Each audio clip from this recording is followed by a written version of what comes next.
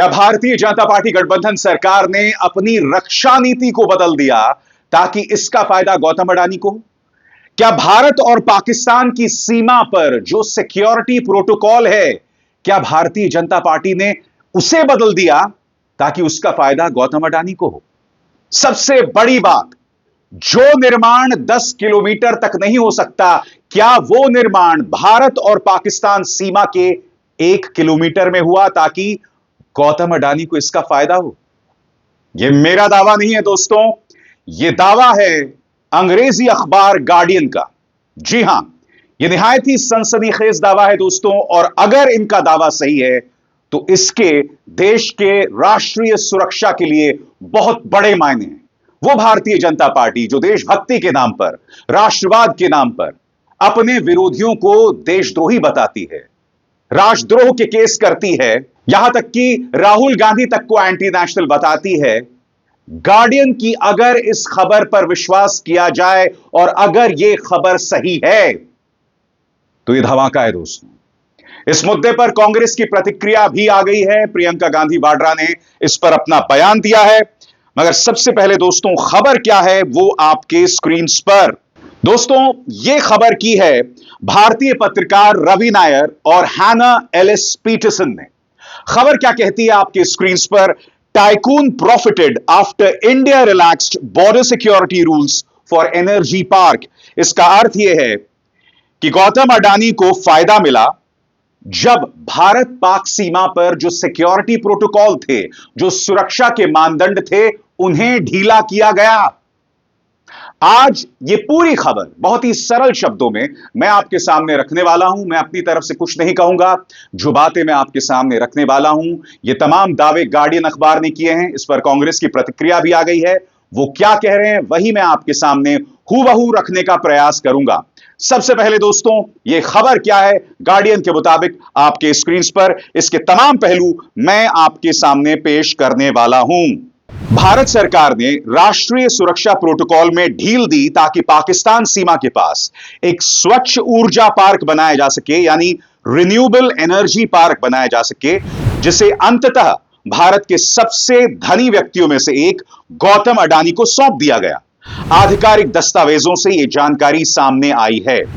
अडानी समूह गुजरात राज्य में खवड़ा संयंत्र का निर्माण कर रहा है, जो दुनिया की सबसे बड़ी स्वच्छ ऊर्जा परियोजना है। यह समूह अडानी के नियंत्रण में है, जिनके प्रधानमंत्री नरेंद्र मोदी के साथ घनिष्ठ ताल्लुकात हैं। नवंबर में अमेरिकी सरकार ने अरबपति अडानी पर धोखाधड़ी का आरोप लगाया था, जिसमें खवड़ा परिसर से स्वच्छ ऊर्जा से जुड़े एक बहु-मिलियन डॉलर की रिश्वतखोरी योजना में उनकी कथित संलिप्तता यानी शामिल होने का दावा किया गया था। जैसे कि आप जानते हैं, गौतम अडानी समूह ने इसे सिरे से खारिज कर दिया था। इंतजार कीजिए दोस्तों, अडानी समूह का इस मुद्दे पर क्या प्रतिक्रिया है, कुछ देर बाद मैं आपको बतलाऊंगा। मगर यह खबर क्या है, और अगर यह खबर सही है तो किस तरह से सुरक्षा प्रोटोकॉल की धज्जियां उड़ा रहा है आपकी स्क्रीन पर। अडानी समूह पाकिस्तान से 1 किलोमीटर की दूरी पर गुजरात सरकार द्वारा पट्टे पर ली गई भूमि पर सौर पैनल और एयर टरबाइन का निर्माण कर रहा है।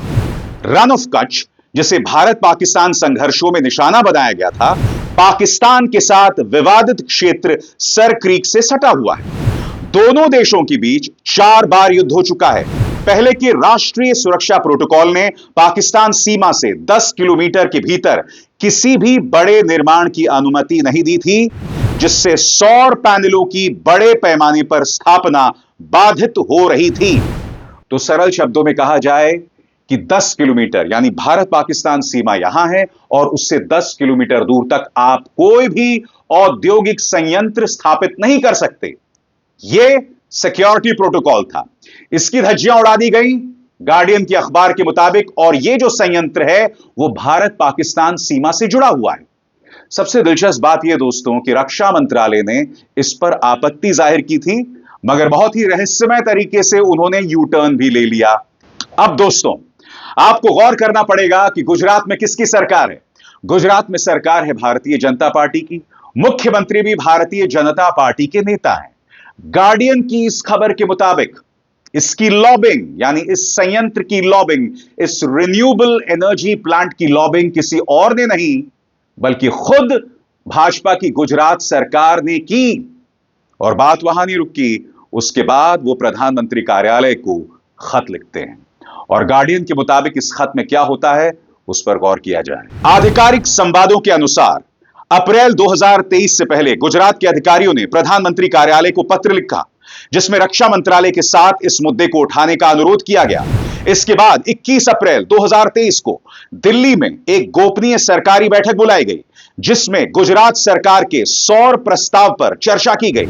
इसमें सैन्य संचालन के महानिदेशक और गुजरात वह नवीन और स्वच्छ ऊर्जा मंत्रालय के अधिकारी भी मौजूद थे।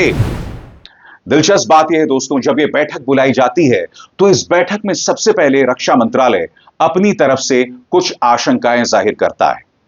जी हां, ये तमाम गोपनीय दस्तावेज गार्डियन अखबार के पास हैं, जैसे कि वो दावा कर रहा है। गार्डियन अखबार इन तमाम दस्तावेजों के आधार पर यह दावे कर रहा है।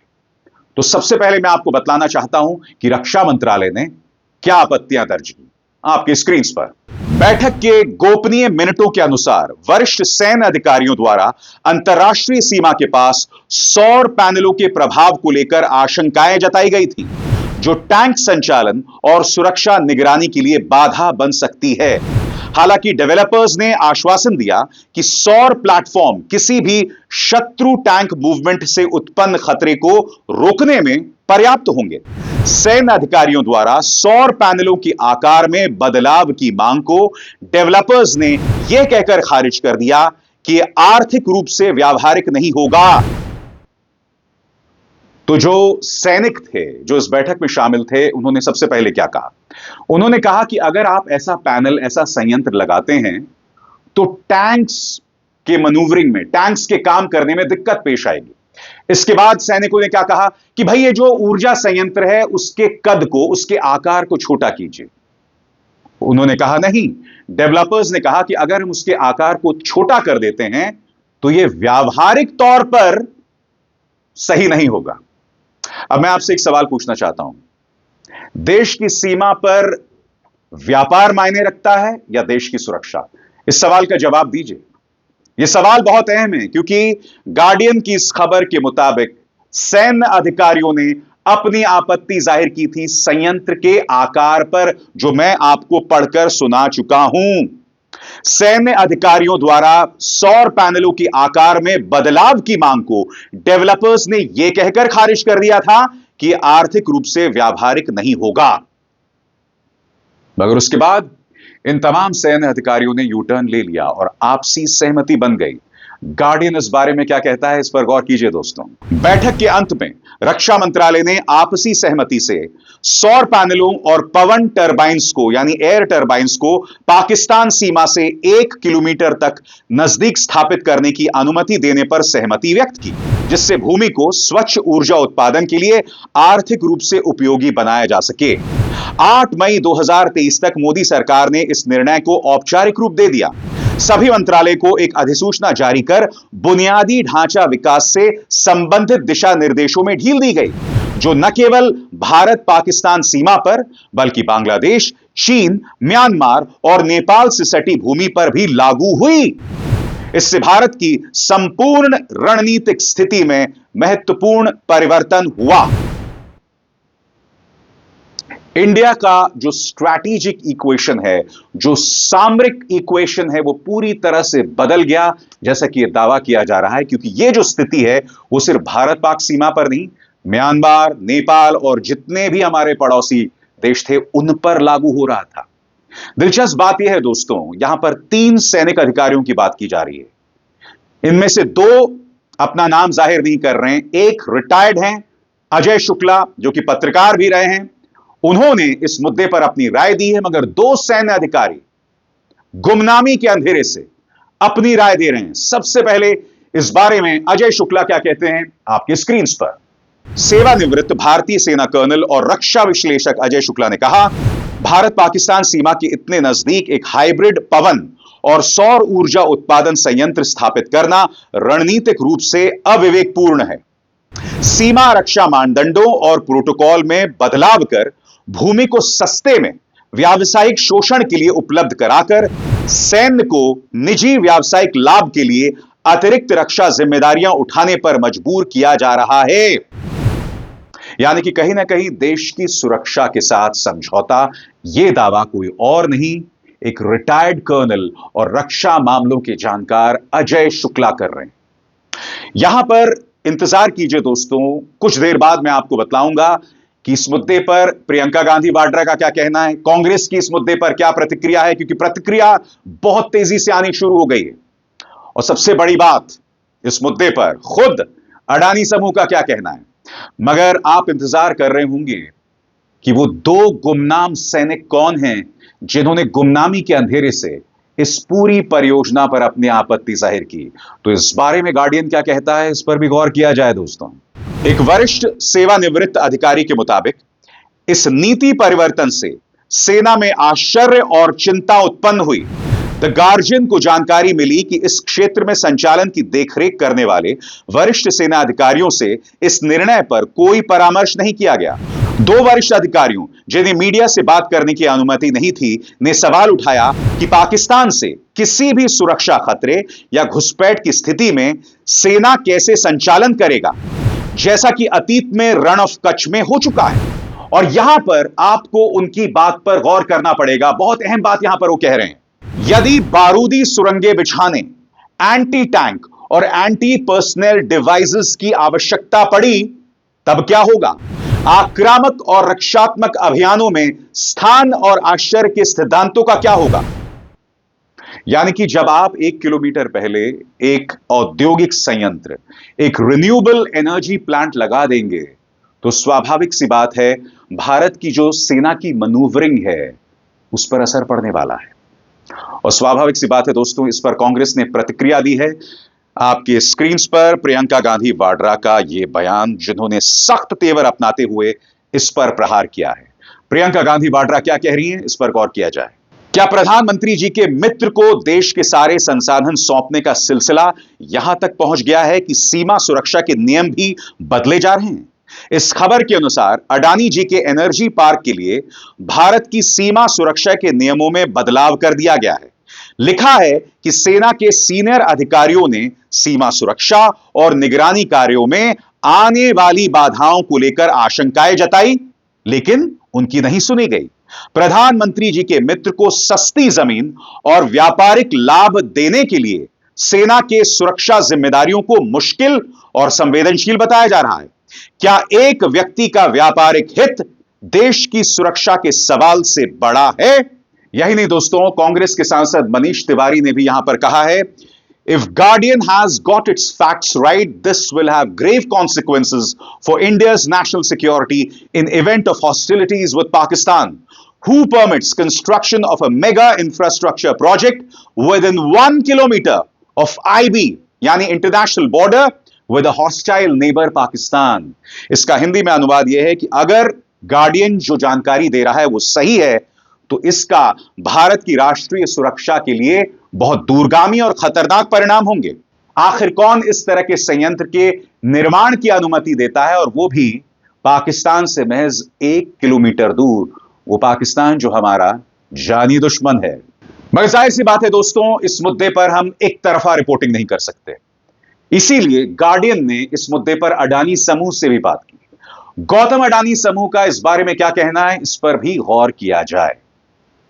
अडानी के प्रवक्ता ने अपने बयान में कहा, हम पूरी तरह से राज्य और केंद्र सरकार के सभी नियमों और कानूनों का पालन कर रहे हैं और सभी जरूरी मंजूरियां संबंधित प्राधिकरणों से प्राप्त कर चुके हैं। इस प्रोजेक्ट के लिए जमीन का आवंटन नीतिगत दिशा निर्देशों के मुताबिक हुआ और यह अडानी ग्रीन एनर्जी की साख और प्रदर्शन पर आधारित है, जो भारत की सबसे बड़ी अक्षय ऊर्जा कंपनी है।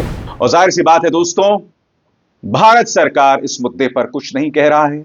उन्होंने इस मुद्दे पर चुप्पी साधे हुए है। मैं फिर कहना चाहता हूं, यह सारी जानकारी जो है वो गार्डियन अखबार के इस खबर के मुताबिक है। उससे भी बड़ी बात, कल्पना कीजिए दोस्तों, अगर यही कुछ कांग्रेस की सरकार के दौरान हुआ होता, जब मीडिया की रीढ़ थी, जब मीडिया सवाल किया करता था। आप कल्पना कर सकते हैं कि कांग्रेस की सरकार को किस कदर कटघरे में मीडिया रखता। आपके सामने यह खबर है। अब तक भाजपा ने इस पर कुछ नहीं कहा है। भारतीय जनता पार्टी को सामने आना चाहिए और कहना चाहिए, और मैं आपको बताता हूं क्यों कहना चाहिए। बीजेपी कह सकती है यह अडानी पर है, तो मुझे बताइए ना, जब एक अमेरिकी अदालत ने उनके खिलाफ गिरफ्तारी का वारंट जारी किया था, तो ये निशिकांत दुबे, ये सुधांशु त्रिवेदी, ये संबित पात्र, ये सब सामने क्यों आए? क्यों राहुल गांधी को देशद्रोही बताया गया था, जॉर्ज सोरोस का एजेंट बताया गया था? यह सवाल है, ये किया जाना चाहिए, इनसे बचा नहीं जा सकता। मैं उम्मीद करता हूं कि अडानी समूह ही नहीं, भाजपा सरकार इस मुद्दे पर दूध का दूध और पानी का पानी करेगी। जैसे मैंने बताया, इस पर मेरी अपनी कोई राय नहीं है। आपके सामने जो राय पेश की जा रही है गार्डियन अखबार की है, और अजीबोगरीब बात है कि उन पर जितने भी आरोप लगाए हैं दोस्तों, उनमें किसी पर भी ना सफाई दी गई है, ना ही कोई जांच बिठाई गई है। चाहे माधवीपुरी बुच पर जो आरोप हैं, चाहे शेल कंपनीज के जरिए अडानी समूह का तथा कथित या कथित खेला है, या फिर अमेरिकी अदालत द्वारा गिरफ्तारी का वारंट, और अब गार्डियन अखबार की यह खबर।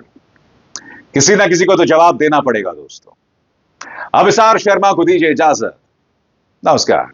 स्वतंत्र और आजाद पत्रकारिता का समर्थन कीजिए, सच में मेरा साथी बनिए। बहुत आसान है दोस्तों, इस ज्वाइन बटन को दबाइए और आपके सामने आएंगे ये 3 विकल्प, इनमें से एक चुनिए और सच के इस सफर में मेरा साथी बनिए।